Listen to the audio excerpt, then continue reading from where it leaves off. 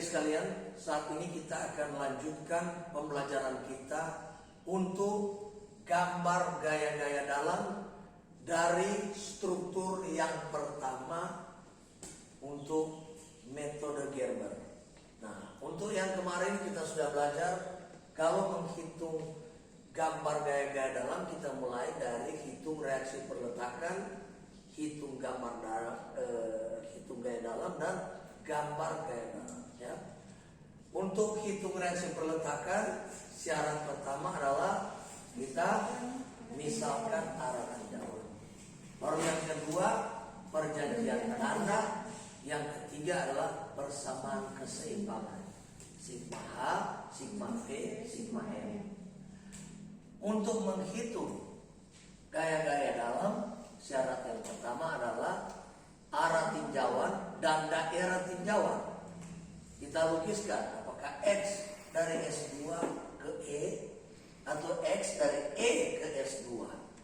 Begitu sebaliknya, apakah E ke D atau D ke E.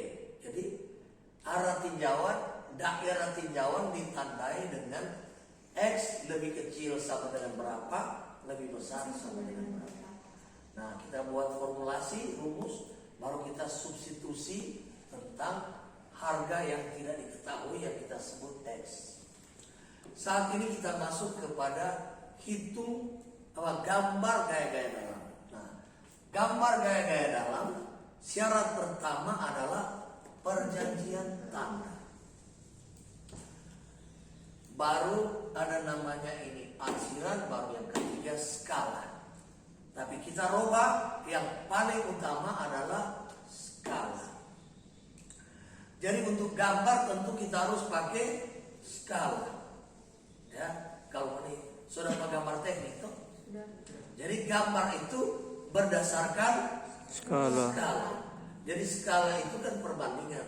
Kalau kita bilang 1 senti sama dengan 1 ton, berarti kalau dia 2 ton, gambar berapa senti?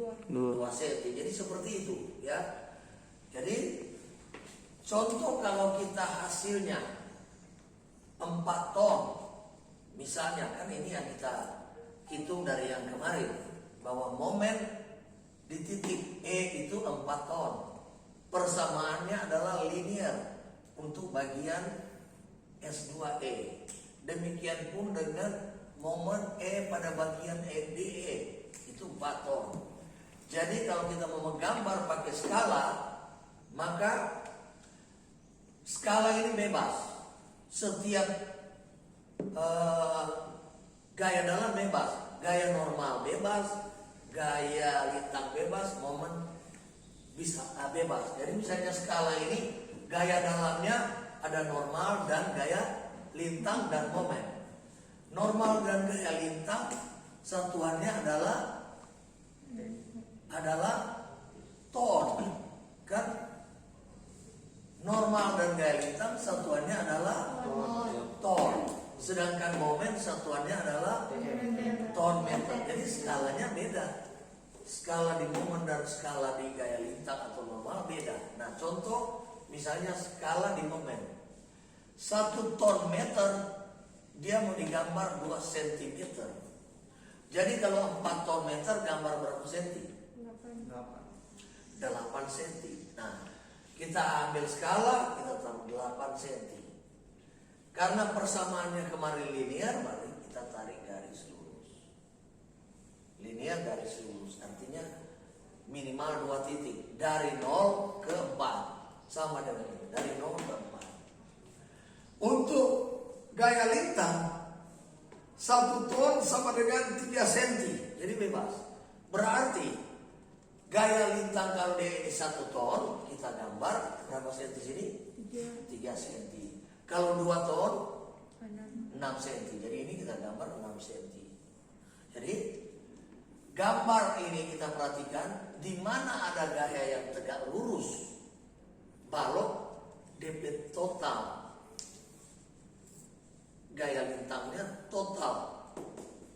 Gaya lintangnya sama dengan gaya itu. Jadi coba lihat. VS2 itu 1 ton, berarti gaya lintang di situ juga 1 ton. VD itu 2 ton, berarti gaya lintang di situ juga 2 ton. E itu ada P3 3 ton, apa P2 3 ton, berarti ini juga 3 ton, kan 1 tambah 2, berarti panjang daripada gaya dalam itu sama dengan gaya tegak lurus pada titik itu.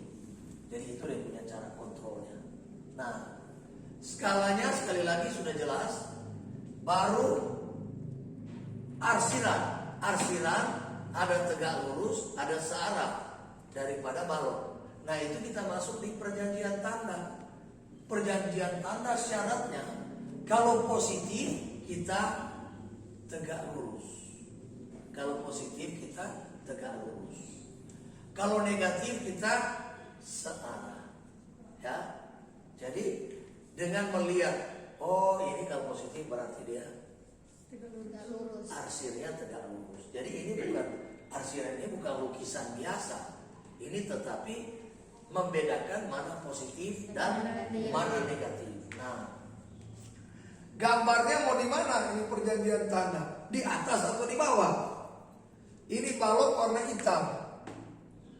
Kalau gaya lintang atau gaya normal, gambarnya kalau positif di atas balok, ya.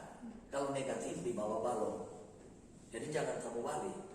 Gaya lintang atau normal, kalau positif di atas balok, negatif di bawah balok. Berbeda dengan momen. Kalau momen positif di bawah balok, negatif di atas.